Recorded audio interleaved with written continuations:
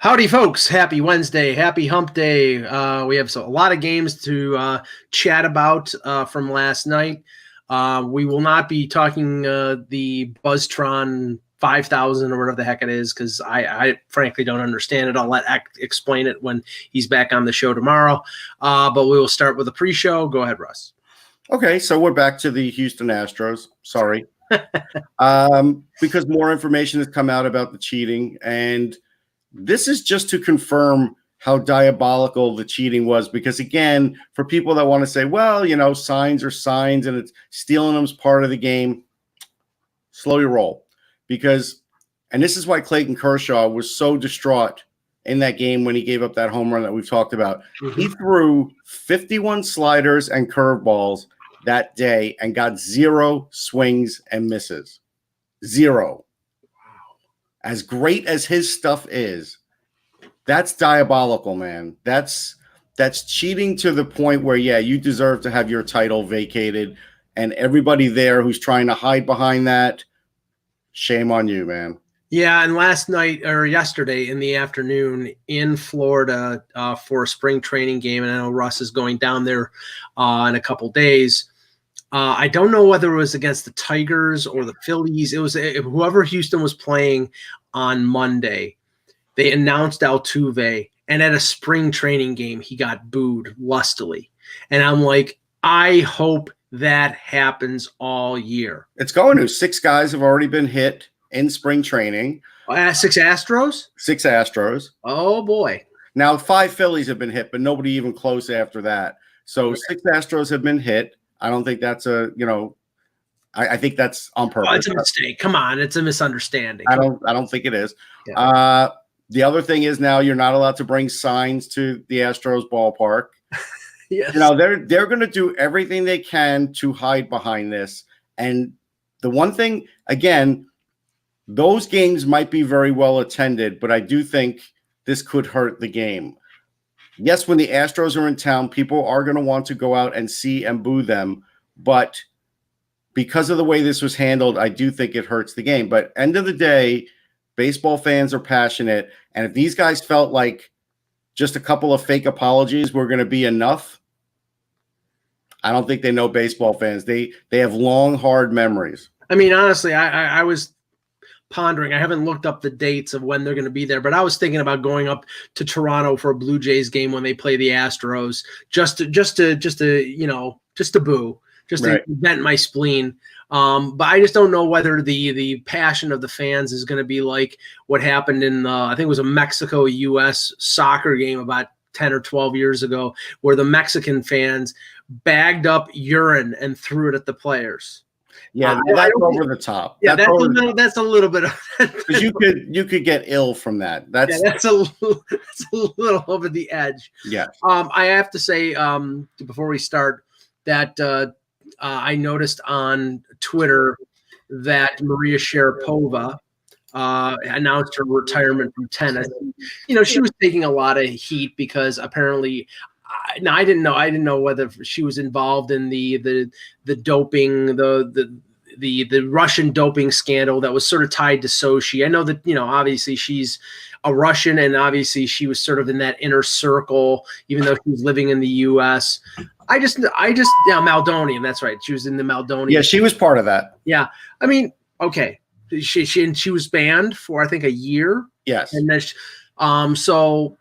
I just know that, and I'm not a big tennis fan. I used to be back in the McEnroe, Connors, Borg days, and to a lesser extent during Sampras and Agassi. But I actually did enjoy watching ladies tennis when Sharapova played because I think she's extremely attractive, but she was also extremely talented as well for a time. But the injuries really piled up on her in the last 4 or 5 years of her career.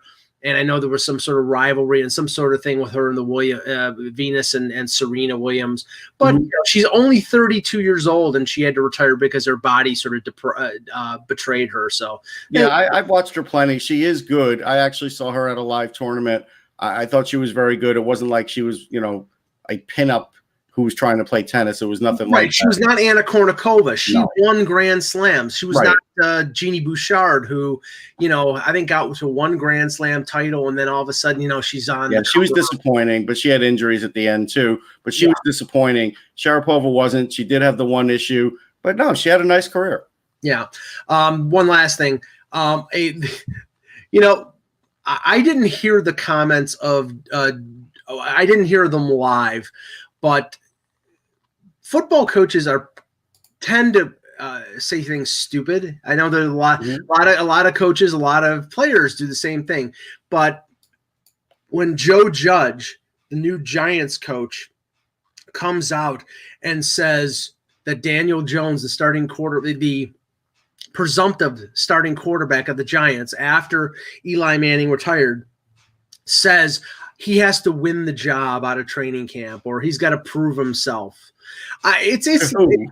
Yeah, exactly. It's absolutely laughable. There's nobody else on the roster. We know that the signings will start in March, but they're not going to go out and spend big money on a backup quarterback. He's got the job. So stop with this motivational bull crap, that you learned at the knee of Bill Belichick. So he says that's something stupid. And then Sean McDermott, the Bills coach, his comment was, I always seem to my determining factor regarding receivers are the guys who can catch the ball consistently. Right. Great. I mean, thank you. Thanks. That is just really insightful there, Sean. Come on. All right. Hello, Hockey World. Today is Wednesday, February 26, 2020. I'm Russ Cohen from Sportsology. And I'm Michael Lagello, and this is the Hockey Buzzcast here on HockeyBuzz.com. All right, we'll start with this. I saw bits and pieces of this game, the Rangers and the Islanders. Was it at Barclays or Nassau? I didn't know whether it was. It was at Nassau. It was at Nassau. Excuse me. Now, I think a lot of people assumed, even though they had won a bunch of games in a row and climbed back into the race, that the loss of Shesterkin, the trade of Brady Shea was going to sort of knock the Rangers down a peg. And they had a rather key matchup against the Islanders, a team that they're chasing for one of the wild card spots at Nassau. And they won 4-3 in overtime on a unbelievably bad defensive breakdown by the Islanders on a Zibanejad overtime goal. I switched it back to see the overtime, and they were already skating off the ice. So it must have been 20, 25 seconds in. Yeah. But everybody is talking about the hit of Jacob Trouba on Michael Del Cole. I've watched this video 4 or 5 times. I understand this league now, the immediate, visceral reaction to hits and, automatically, this is a 20 game. This is Rafi Torres. This is, I watched this hit. The contact was chest, not head. There was a whiplash effect with Del Cole, which is going to be on most hits. Right, exactly. When you hit somebody going 20, 30 miles an hour, there's going to be a snapback like that.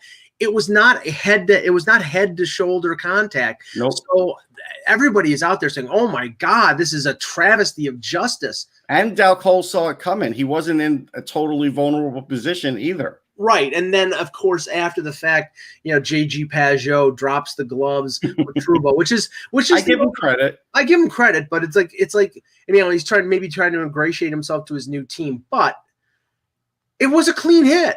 Right. And I'm sure that people in the chat will disagree, but I really think it was a clean hit. So I don't get the hubbub. That was not Barry Trotz's day because, he had that.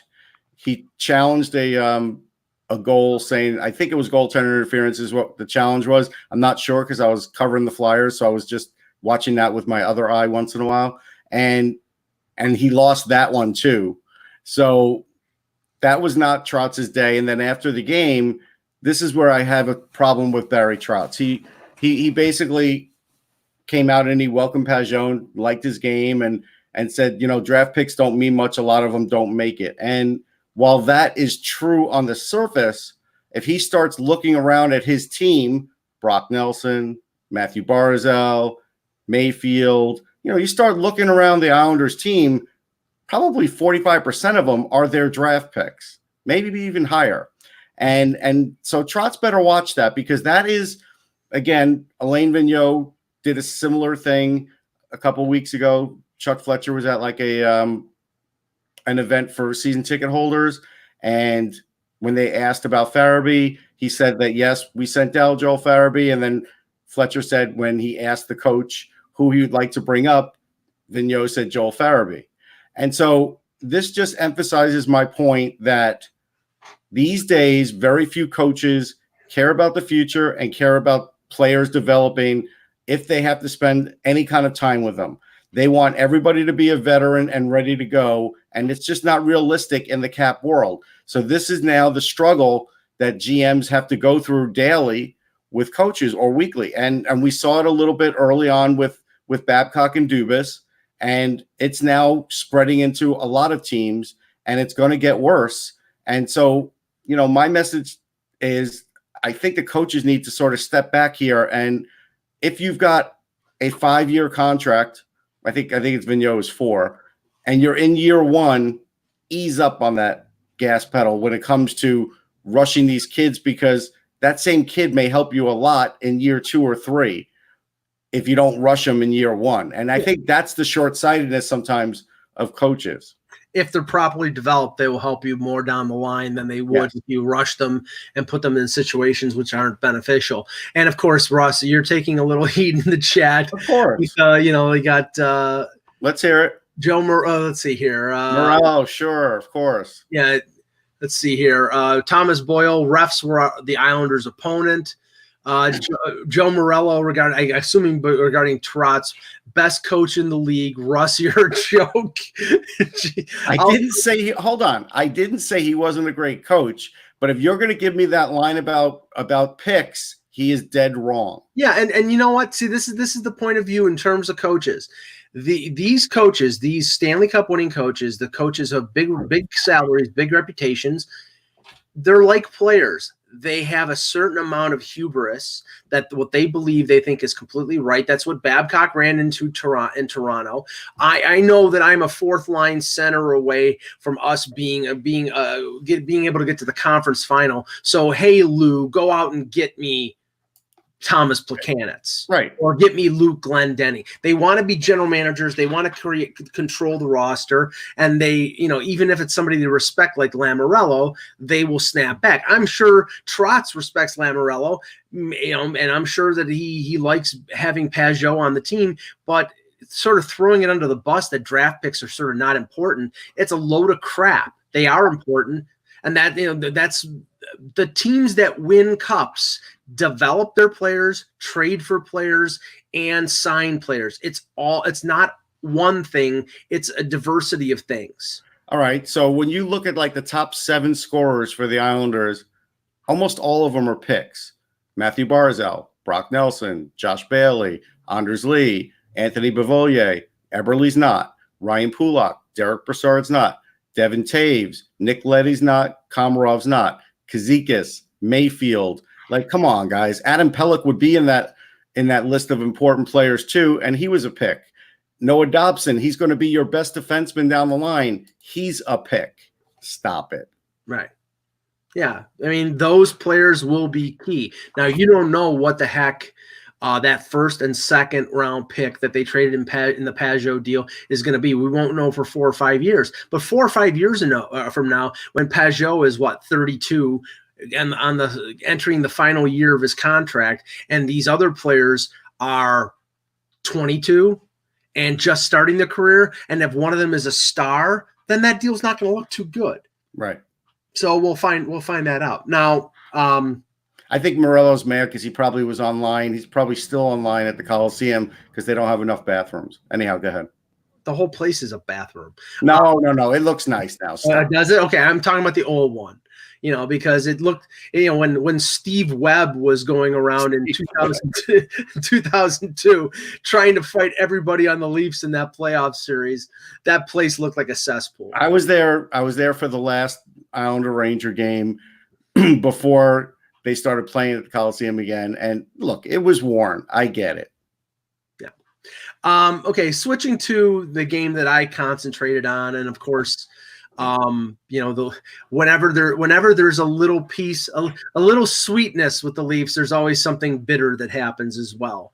And the Leafs actually played a pretty good game for 2/3 of it against the Tampa Bay Lightning, led 4-2 going in the third period, then lost Jake Muzzin. We'll talk about that in a second, and got outshot. I think it was 14-3 in the third period, and held on by their fingernails to a 4-3 victory at Amalie Arena. Now that helps the Leafs in terms of they gain 2 points. Florida beats Arizona in Arizona 2-1, so they gain no ground. But the big thing after this game, the Leafs played a good game. Their big players showed up. They had a couple power play goals. Their problem was in the third period without Muzzin. They had to play Sandin and Liljegren, their two young defensemen who they had on a pair, a lot more than I think they would have liked to. Sandin was on the ice for all 3 Tampa goals. So it's a situation where it's going to be those days, Right. And the thing is, though, they have less and less options because the diagnosis came down this morning on Muzzin. He suffered a broken hand. He will be out 4 weeks. They've called up Callie Rosen, who they just reacquired from Colorado. So wait, does that mean Jake Muzzin won't be able to sign his new contract? He already did. So I think he's a righty and it's his left hand. So I think he's okay, Russ. He's going to get that $10 million bonus. I was looking out for him. I would sign it with my teeth if I was getting $10 million bucks. Put a big X. Yeah. Use my nose and just put it down there. There's my signature. But I mean, okay.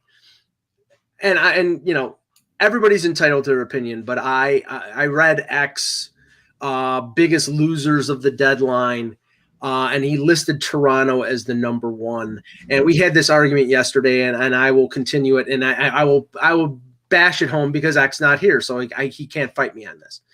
To say that Toronto is the biggest loser of the deadline for the fact that they didn't make a move to improve the team appreciably when their defense was bad was an admission by Kyle Dubas, which we said yesterday, that this team is not good enough to win.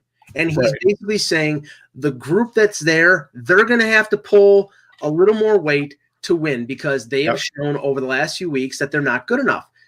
I don't see why you slam them when they have proved throughout the season they are not good enough. So what are you going to do? Throw more draft picks to get Ron Hainsey back, or a 5th round pick to get Trevor Daley, when that's not going to solve their problems? They have to solve these problems internally. And to say that, of course, 24 hours after the fact, when Muzzin breaks his hand, now you have a defense where Martin Marincin, unfortunately, that sieve is going to have to probably play 15 or 16 minutes a night. And I think the chances of them making the playoffs went down appreciably with the Muzzin injury, because he's going to be out probably till mid to late March along the same lines as Riley and Ceci. And can they get through the next 3 to 4 weeks with Dermott, Hall, Sandin, Barry, Liljegren, Marincin, and Rosen? I don't know. It's going to be hard. I think that's valid. I think it's going to be hard. Honestly, if you want to ask me who the biggest loser was at the deadline, I'm going to go the Coyotes, because Taylor Hall was not a deadline move. They already had Taylor Hall for a long time before the deadline, knew they still needed scoring, didn't do anything to address it. They did get their one player at the end. That's not going to matter. And they lost 2-1 last night. They needed help. They did. Yeah, no, and I think I had them number 2. No, I had number 3. Number 2, and I won't dwell on the Leaf game because I'll have everybody read my blog in a little bit. The Carolina Hurricanes against Dallas, they started Nedeljkovic in goal, and I saw him play in the Calder Cup playoffs last year. He played really well. He won the Calder Cup for Charlotte. We've been talking about him maybe getting a shot this year with a goaltending tandem that I thought was below par in Reimer and Mrazek. I'm not saying that he can't be a good goaltender, but it's tough to put a rookie goaltender into a situation where he's the guy and they're depending completely on him. And they put him in last night with Trocheck in the lineup, with Brady Shea in the lineup, with all the changes that they made, and he gave up 3 goals on 6 shots in the first period, and they never climbed back. They lost 4-1 to the Stars. And when you have a team that has made so many changes, added so many big, I don't think Vatanen's back, but they added Shea, they added Trocheck, and the one thing they needed to add more than anything was a goaltender, and Don Waddell doesn't do it. I don't get it. Yeah, I don't get it either. I think, and I said this the other day, and I'll say it again, I like Ned Jelkovic, but I didn't know what he would be able to do for them down the stretch, and now I definitely don't know what he could do for them down the stretch. So even if you felt completely comfortable with the medical clearance on your 2 goalies, none of them played yesterday. And so for the games that they're not playing, if you lose those games, that could cost you your season. So why in the world did you not get another goalie? And you would have upgraded anyhow, because you would have soon found out that whoever you got was probably better than either Mrazek or Reimer. I don't know why they didn't do it, Mike. It makes no sense. Yep. They're in a spot now where they now have to have these guys come back ASAP, or they could drop in the standings even after these massive upgrades on defense. But again, why did you upgrade so much on defense and leave the goaltending position alone? That was a bad move. Well, Bada Bing brings it up in the chat here, and he says they were in on Leonard, but the price for them was the price that the Hawks were floating, which was a number 1 and a prospect. All right, but you know what I say? Hey, there are the goalies. Right. That was my Tony Soprano. That was my Tony Soprano. You didn't even. Yeah. No, I did. I appreciate it. It's like but the problem is you could have gotten Craig Anderson for a number 3, right? Unless Craig Anderson was blocking a trade to Carolina. Right. There were a couple other goalies out there. So I mean, I get that Robin Leonard would have been a difference maker, and maybe you didn't want to give up a number 1, and in the end, Vegas gave up a number 2 in Malcolm Subban. That's not exactly that's a far cry from number 1 and a prospect. It is a far cry. We know where Subban is. Subban is probably at best an NHL backup, and a number 2 is not a number 1. So yeah, I agree with that. Again, saying that you couldn't get Leonard, did they call on Anderson? Maybe. Did they call on Georgiev? Maybe. Did they call on Jimmy Howard? Did they call on Jimmy Howard? Like, you probably could have gotten Jimmy Howard fairly cheap. Did they call on Jimmy Howard? Maybe. But somehow these other GMs managed to get goalies, and Don didn't. Yeah, and like you said, that could be a determining factor between this team making and missing the playoffs. Now, well, let's even go so far as to what X said yesterday. So why not pay the price for Leonard and give him the money for next year? He's better than what you have. Yes. Just answering Adam's question in the chat, whether Zach Bogosian played. Yes, he did, Adam. And his main accomplishment in that game was hitting Braden Point in the balls with a slap shot. There you go.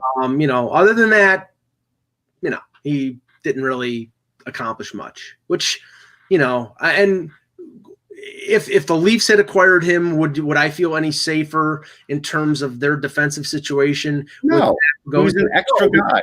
Right, because Zach Bogosian essentially up and down this year with the Sabres was the Sabres version of Martin Marincin. Now, I think Martin Marincin is a worse defenseman, but it's hard to say. I mean, they bring different things in terms of negatives. So anyway, a couple other games from last night. Calgary goes into Boston and beats the Bruins 5-2. So Calgary, I mean, right now we have a pretty tight battle in that Pacific Division, and Calgary going in to Boston and getting 2 points is pretty significant. I mean, right now, just to go through the standings in the Pacific right now, Vegas at 76, Vancouver at 74, Edmonton loses in overtime to Anaheim. They're at 73. Calgary at 72. The only thing with Calgary is that they played 2 more games than Vancouver and Edmonton. Nashville is in the second wild card. which is, sort of remarkable based on where they were probably But it's all fluid, right? Right now, it is all fluid, yes. But you have to factor in this, though, Russ. They've got 62 games, and the three teams right surrounding them: Calgary, Winnipeg, and Arizona. Calgary's got 64. Winnipeg's got 65. Arizona's got 66. They got 4 games in hand on Arizona, and Arizona's in trouble. Arizona is in big trouble. But I don't know if there's room for concern. Let me ask you this. So let's go back to Arizona. They don't make the playoffs. Let's say they don't make the playoffs. They got Taylor Hall. Yep. Is John Chaika in trouble at that point? Because this is a new GM. I think he's in a new owner, rather. Sorry. Yeah, I think he's more in trouble if the league comes down hard on the other thing too. The other thing, the testing. Yes, which was a hard and fast rule. And for those who weren't following it, there were, I believe, 20 instances where the Coyotes would go in to either USHL or CHL teams and do physical testing on players, and that is specifically banned by the league because the testing is done at the combine. And by them going in and doing that, they expose themselves to, I believe it was a $250,000 fine for each instance. So potentially, even though it's a new owner and maybe Bettman will let things slide, but it could be a $5 million fine. This could be a bad year for John Chaika. Yeah, I mean, and what may happen is similar to what happened with the Astros in baseball. The owner got fined, and the coach, the manager, and the general manager lost their job. I don't think Tocchet is involved. No, I don't think Tocchet will be in trouble. Tocchet is overachieved with a team that has a lot of holes, but I do think Chaika could be in trouble if this comes to fruition. So we do have breaking news. A little while ago, Tom Gallitti wrote on NHL.com that because of the coronavirus now spreading into China, this could kill the Olympics completely for the NHL, because Daly said they're monitoring right now because, again, there is a chance the Summer Olympics, which is much closer, gets canceled. Yeah, it's in Tokyo, and and remember, I think there was a cruise ship that came from China that docked into, I don't know if it was in Tokyo Bay or wherever it was, but and the other one docked in like Bayonne. Really? What's the difference between Tokyo and it's just a slight difference. But I mean, Luckily, I live far down the turnpike. Yeah, this is spreading like wildfire. And this is the scary thing, because I've heard that there are cases in Rochester, New York.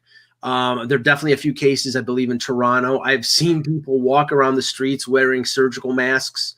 I have friends who are, a friend who's a teacher who's working in China right now, and you're not allowed to walk anywhere into a public place without a surgical mask, and you're only allowed to enter. He went to a Starbucks. You were only allowed to enter a Starbucks if you had your temperature taken. They have one of those things that takes the temperature on your forehead. That's the only way you can get in if your temperature is normalized. So I'll just make my tea at home. How about that? Yeah, I honestly, I would sequester myself at home. It's like, okay, I can do my webcast from home, so I'm good. I'll order in. Yeah, but then you're exposing yourself to the person who made. That's up to him. That's his problem. No, but you're going to be your problem if you eat it. Well, I'm going to take it and I'm going to wipe my hands with hand sanitizer right after. That's all.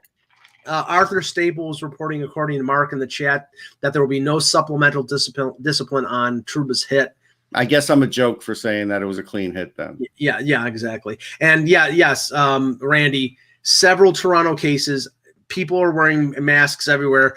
It gave me a little bit of pause, I have to say. Last Thursday, on the GO train coming up to Toronto, and then 3 people sat next to me with masks.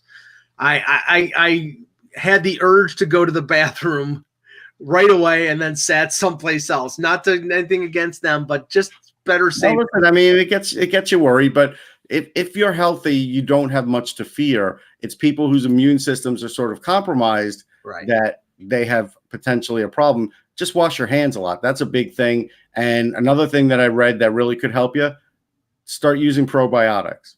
Yeah. And drink a lot of Tang. That is not recommended for any human on earth. Okay.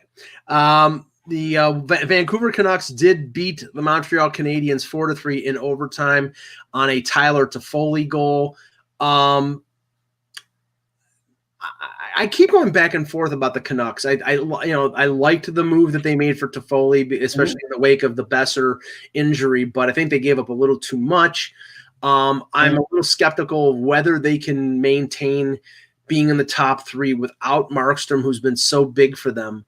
I'm not underestimating the impact of Demko. Of course, I'm regretting the fact that I drafted Cal Peterson instead of Demko in my Stratomatic Hockey League against the suggestion of somebody who's on this webcast, not named Mike Agello. But I don't know what kind of comfort level do you have regarding the Canucks with Demko and probably Louis Domingue playing a couple games until Markstrom gets back?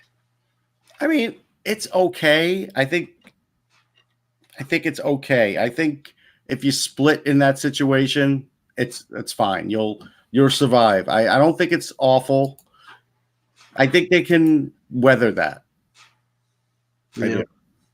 Now because we brought it up before, I noticed on Twitter that David Quinn came out and said Georgiev's playing tomorrow in Montreal. He's not sure about the starter for Philly. He's going to have to go with Lundqvist either in Philly or in New York.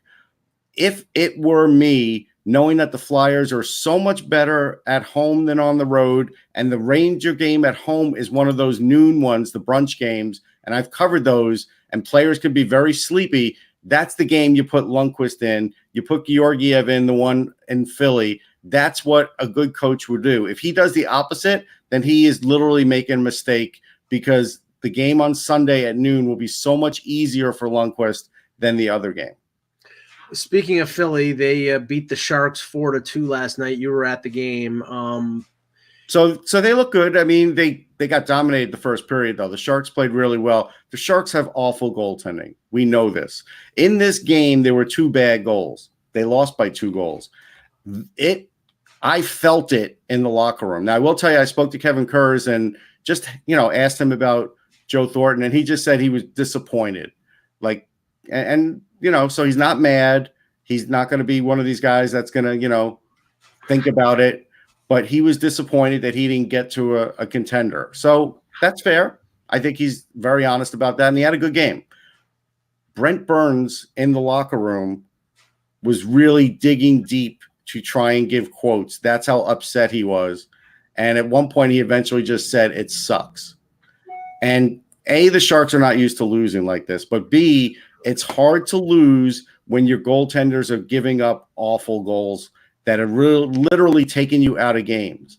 And the Sharks are usually pretty good in Philly, and they were pretty good in that game, but the goaltending took them out of it. And that's hard for a player to swallow. It is. And so and again, this is something else I spoke to Kevin about. I said, boy, if they could just upgrade their goaltending, I don't think they're bad. And he goes, yeah, it's easy to say. It seems to be harder to do. But to me, that's Wilson's number one thing in the offseason. Upgrade that goaltending, save a little on the cap, whether you got to trade Jones or make him the number 2. Dell's off the books anyhow. That's what they have to do if they want to get back into it somehow in the next year or two.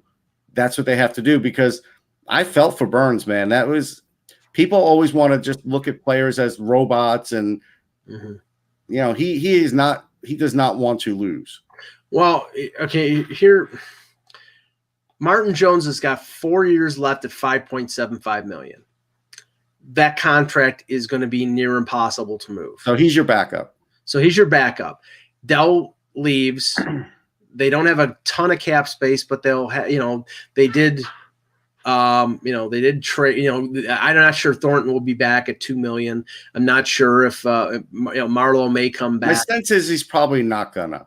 Right. He may go someplace else. That's very possible. Yeah. I mean, we don't know where, but the interesting thing, just to go on the Thornton tangent for a sec, the interesting thing Pierre LeBrun mentioned on Toronto radio this morning was that he gave a list of most of the competitive teams, like, Dallas, Boston, St. Louis, Colorado, those teams. I don't know specifically if it was all of them, but most of them, and none of them contacted San Jose about him. Now, there were probably where the disappointment lies with Joe, Right. There were teams that were not serious Stanley Cup contenders, but playoff teams that did contact him.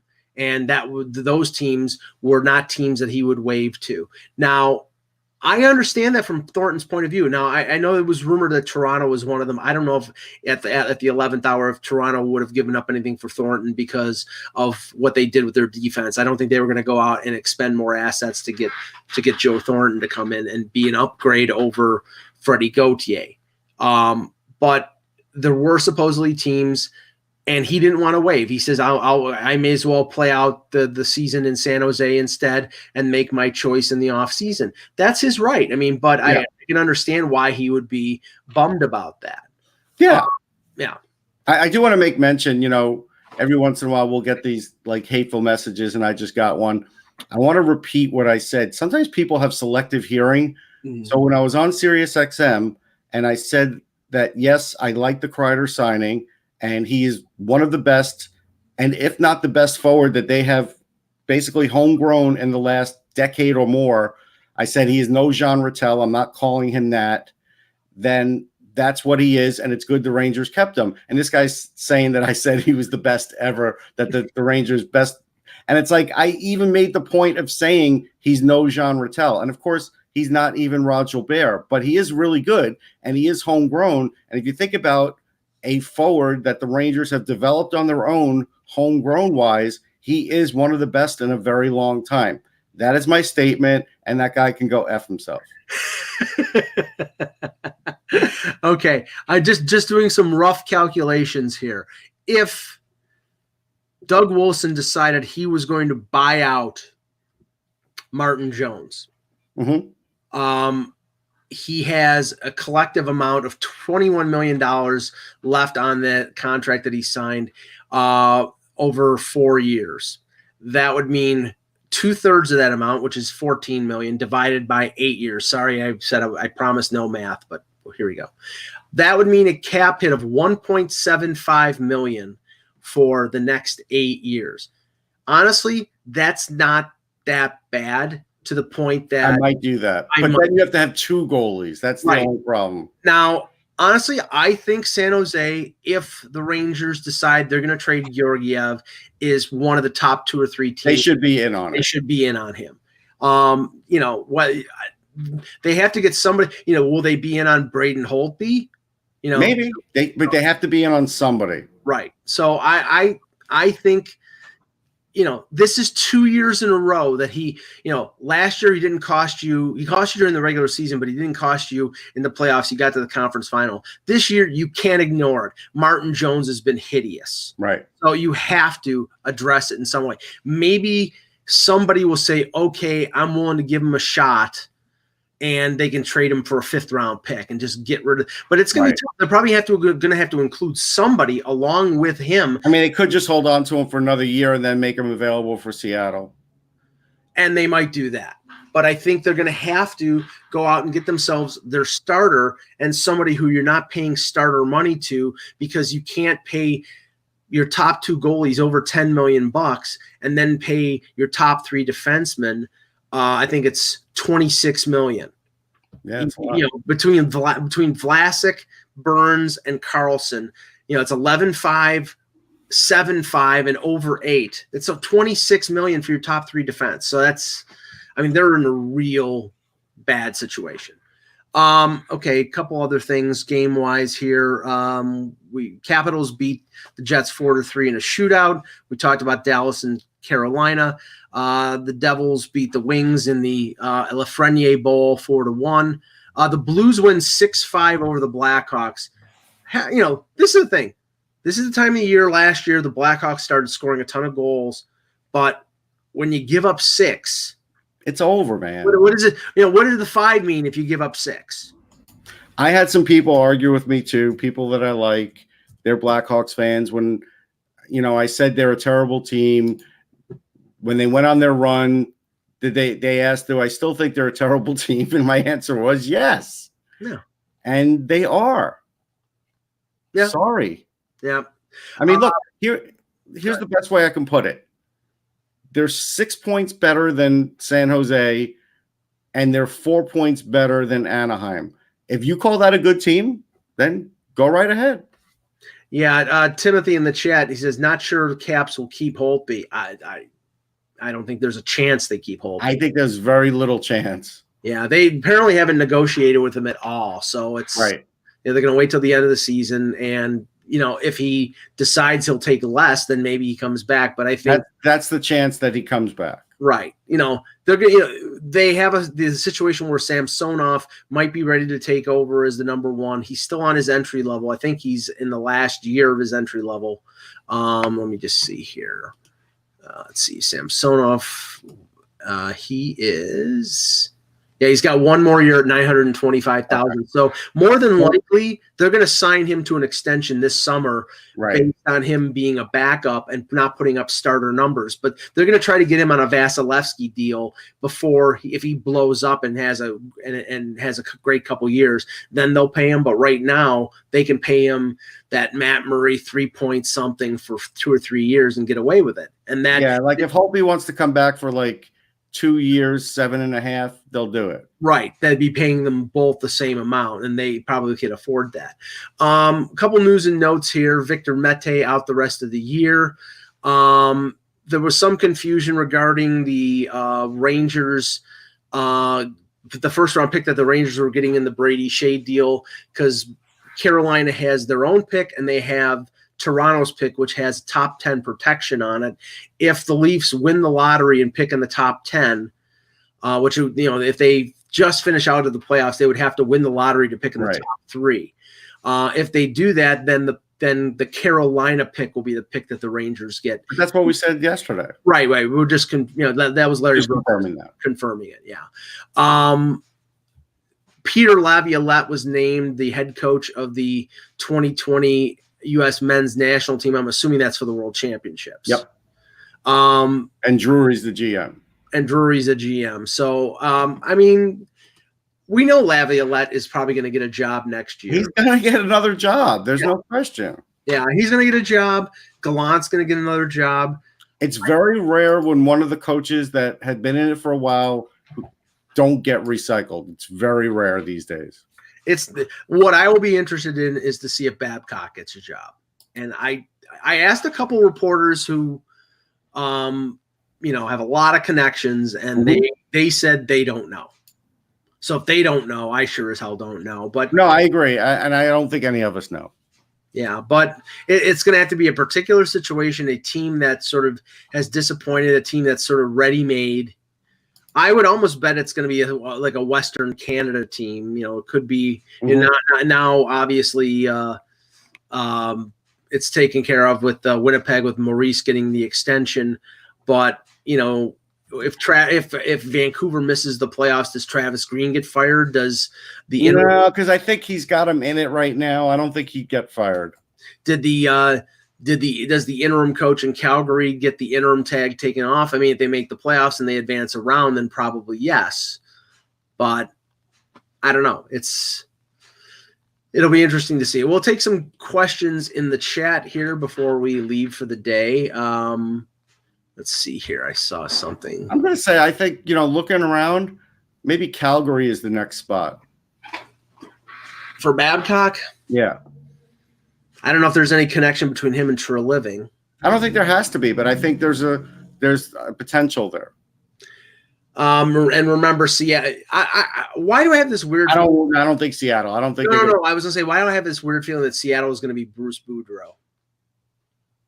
Yeah, because I think you're right. Yeah, there's no connection between him and Ron Francis, but Boudreau has the potential to be the Casey Stengel of Seattle. You know what I mean? Because think about it for Calgary right now. Jeff Ward is the guy there. If they're lukewarm about the results and Babcock comes calling, they'd probably hire him. Yeah, Funky Cold Zadina says, I'd love Babs to Buffalo. And I'll tell you this, Funky. I said the same thing a couple weeks ago. do you really think Terry Pegula is going to hire the guy who stabbed him in the back at the 11th hour and said, I'm going to go to Toronto and back out of the deal? Nope. No way. Not a chance in hell. Not what I know of him. I would be very shocked if that were the case. Yeah, I really don't think, I like the dream scenario for those who hate the Leafs would be Mark Hunter as GM and Mike Babcock as head coach in Buffalo. I don't think it's going to happen. Okay, let's see here. Davy Jones asks, do you think that Doug Wilson will be fired in April? No. Yeah, I mean, I thought there was a chance, but he did a really good job at the deadline. That first round pick, man, I think that keeps him in it. I mean, and I saw the game last night with Tampa and the Leafs, and don't get me wrong, Barclay Gaudreau is he's a decent player. He's what they needed, but he, come on, first round pick, man. Yeah, I don't get it now, obviously, and point has to be made. They didn't trade 2 first-round picks. They traded 3 first-round picks. They traded Nolan Foote and a number 1 for Coleman, and they traded a number 1 for Gaudreau. And the only thing I could say about both of those deals is at least they got them for more than 1 year, but still, that's just – I'm telling you, I wasn't kidding when I said asset management with Tampa I got some issues with. A couple of people in the chat are saying they're wishing that Seattle would release the name for what? We all do. Like, this is just ridiculous already. Yeah, I mean, what are they waiting? Are they waiting for the draft? Are they waiting for? I don't know. You know what this is like? Who was the stupid magician that was stuck in a block of ice? Remember that? Was it Chris Angel? It might have been Chris Angel. Might have been one of those guys. David Copperfield? No, not Copperfield. It's someone like Angel or that other guy that does a lot of stuff on the street. And it's just like, what are you doing? Just have the ice melt and just come out of it already. And the same thing with the Seattle thing. It's like, we're just all bored by it at this point. Bada Bing asks, what's with the red sweater with me? First of all, it's maroon. It is maroon. I can confirm that. Yes, it is maroon. That's an R5. It's maroon. I don't know. It was the first one on the rack, and that's what I chose. He is so afraid to wear gray. He wore it yesterday. But he is so afraid now. It's ridiculous. I'm not afraid. It's in heavy rotation. There was a sale on at Old Navy and the Gap, and I've got a multiple number of colors that I can choose from. I'm a fashion plate. What can I say? Esmir asks, does Tom Fitzgerald be the permanent GM after the season? Yes. Well, I would lean toward yes, because I don't think they would have allowed him to make the Coleman deal. Right.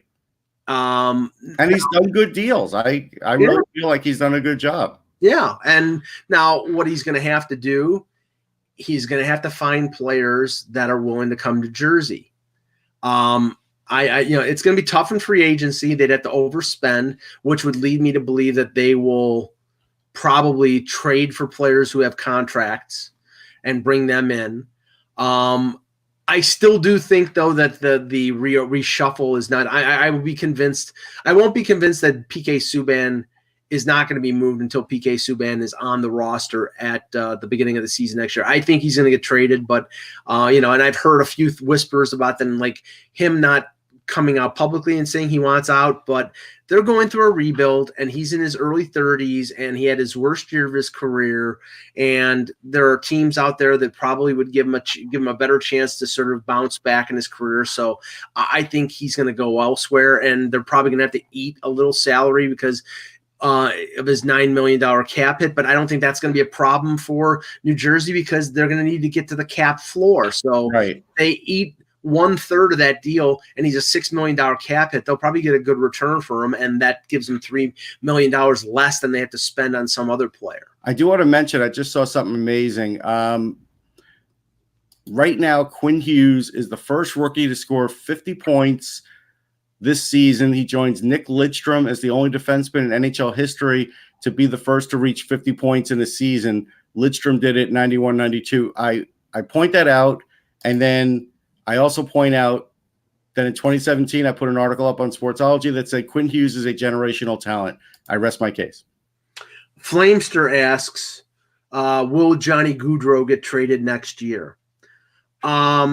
If he doesn't get traded at the draft, then I don't think he's getting traded. I think that's the best chance of him getting traded, but I don't know why they're trading him unless he really isn't going to re-sign with them. And if that's the case, I think he gets traded at the draft. I know that Elliot Friedman has said that based on what Calgary does, there is, meaning in the playoffs, that there could be a major shakeup there because they're feeling the feeling about Calgary is that Sean Monahan, as good as he is not a number one center. That probably fits better as a number two. And that Gaudreau, like we said, where are they getting a number one center from? Right, exactly. They really, the whole world wants a number one center. Yeah, like they grow on trees. I mean, very few teams have one number one center. There's a couple out there that have two number ones. Right. But yeah, it's tough. But I don't. I mean, let's just say they have to be really careful if they trade Monahan or Gaudreau to get a return back, because you thin out your scoring depth and you really don't have a lot. There's maybe Matthew Tkachuk steps up and takes a bigger role, but I just don't think you can afford to trade Monahan and get back draft picks. I mean, it's going to have to be a hockey deal, a player for player deal, and I don't know if you can get equal value for a Monahan. So. What's a good return for Calgary by trading Gaudreau? What's a good return from Calgary? I think they would get a number one pick. I think they would get a top 3 prospect in an organization and a roster player. I think that's what you could expect for Gaudreau, because what is he going to have left on his deal? 1 year? Yes, I believe so. Let me just. I think that's the limit. Yeah, Gaudreau has 2 more years at 6.75. So they're probably looking at the situation and saying we can get value for him because he's not a rental. He's not right 1 year guy. 2 years, that roster player could be as high as a second liner, but most likely a third liner. I mean, everybody puts Philadelphia and Gaudreau together. The only way Philadelphia trades for Gaudreau is if they're giving up Voracek. They're going to use Farabee or Frost if they do it. Right, but I'm saying, they probably would if they're taking on a almost $7 million salary, they have to clear a similar salary. Yeah, Gostisbehere would have to be in the deal. Yeah, if they want to upgrade their blue line, but if they want to trade a forward for a forward, I would think it would be Voracek, and that right. But no, they're not taking Voracek. Right, I don't know who in the right mind takes Voracek with his 8.6, I think it is. I mean, his defense is much better this year, but yes, the salary is just ungodly. It's like $8 million something. Yeah, I mean, I can't see them. I mean, Voracek, I believe, has 4 more years at 8.25. Good luck. Funky says Voracek will be exposed in the expansion draft. Yeah, he'll be exposed, but he's probably not going to get taken. I mean, unless they get Seattle, unless they bribe Seattle to take him. They might try and do that again. Fletcher didn't have great results doing that in Minnesota. He should watch it in Philly, so he may not do it. Right, and see that, and that's the thing. We have heard for a year, NHL teams are going to learn the lesson of what they did. We'll see, Mike. Yeah, no, but see, the thing is that the ulterior motive here is clearing up the mistakes that you made. And right. It's like, okay, they gave him Florida gave him Marchessault. Well, and to be fair, this isn't a Fletcher mistake, but he still has to clear it up. He's right, exactly. It's something he inherited. But it's like, okay, we'll give you Marchessault so you can take on Riley Smith. Well, Riley Smith has been effective. Yep. So you basically. And that's the problem here is that if you do give them somebody to take Voracek and then Voracek gets mad and he goes back to 70 points, right. You did save on your cap, but now you have a lot of points to replace too. Right. All right. Good show. We will be back tomorrow. We're probably doing an early show tomorrow morning, maybe 9 or 10 o'clock in the morning. 9 o'clock. 9 o'clock. Okay, good. I'm the one who's leaving town, so it's 9 o'clock or you got no show. You're leaving on a jet plane. Don't know when I'll be back again. I'm the whole effing show tomorrow. Okay. There you go. For Russ Cohen, I'm Michael Agello. Thank you for watching, and remember, without the buzz.